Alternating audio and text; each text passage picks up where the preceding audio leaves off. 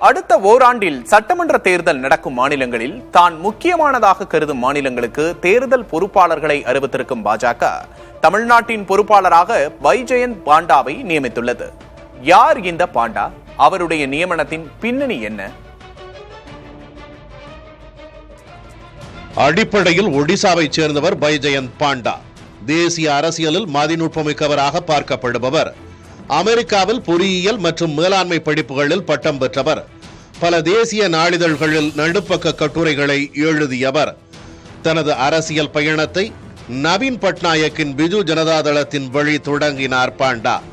2000 கட்சியில் அவர் இணைந்த வேகத்தில் பாண்டாவை மாநிலங்களவை வழி நாடாளுமன்றத்துக்கு அனுப்பி வைத்தார் அன்றைய ஒடிசாவின் முதல்வரும் பிஜு ஜனதாதள தலைவருமான நவீன் பட்நாயக். அப்போது தொடங்கி டெல்லியின் முக்கியமான அரசியல் தலைவர்களுடனும் குறிப்பாக பாஜக தலைவர்களுடனும் நெருக்கமான உறவில் இருந்தார் பாண்டா.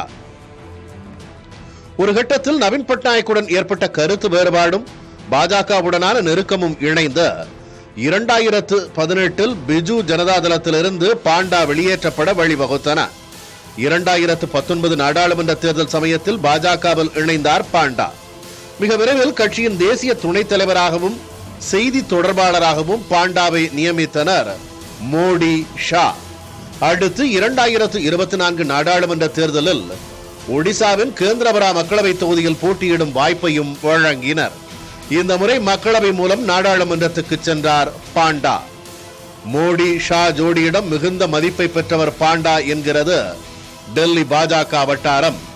2021 அசாம் சட்டமன்ற தேர்தல் முதல் 2025 நடந்த டெல்லி சட்டமன்ற தேர்தல் வரை பாண்டாவிடம் கொடுக்கப்பட்ட தேர்தல் பொறுப்புகள் எல்லாவற்றையுமே திறம்பட கையாண்டவர் அவர் என்பதையும், எங்கே எவ்வளவு சிக்கல்கள் இருந்தாலும் சூழலுக்கேற்ப வியூகங்களை அமைத்து காய்களை நகர்த்துவதில் வல்லவர் என்றும் பாண்டாவை பற்றி கூறுகிறார்கள்.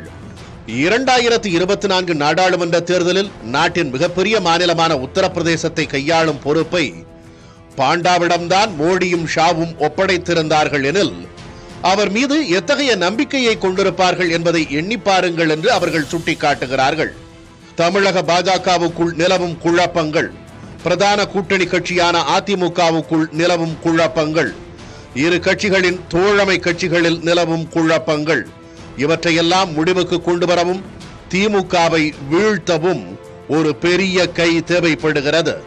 பாண்டாதான் அதற்கு பொருத்தமாக இருப்பார் என்று பிரதமர் மோடியிடம் அமித்ஷா கூறியதாகவும் மோடியும் அதை ஆமோதித்ததாகவும் தெரிகிறது. திரைக்கு பின்னால் செயல்படும் அமைதியான வியூகவாதி என்று வெளியே பெயர் எடுத்திருந்தாலும் மிகுந்த அதிரடியாகவும் ஆட்டத்தையே மாற்றி அமைக்கும் வகையிலும் காய்களை நகர்த்தக்கூடியவர் பாண்டா. தமிழ்நாட்டு அரசியல் களத்தில் பாண்டாவின் காய் நகர்த்தல்கள் என்னவாக இருக்கும்? மோடி, அமித்ஷாவின் கணக்குகள் என்ன? எத்தகைய விளைவுகளை இவை உண்டாக்கும் என்பதை வரவிருக்கும் காலம் நமக்கு உணர்த்தும்.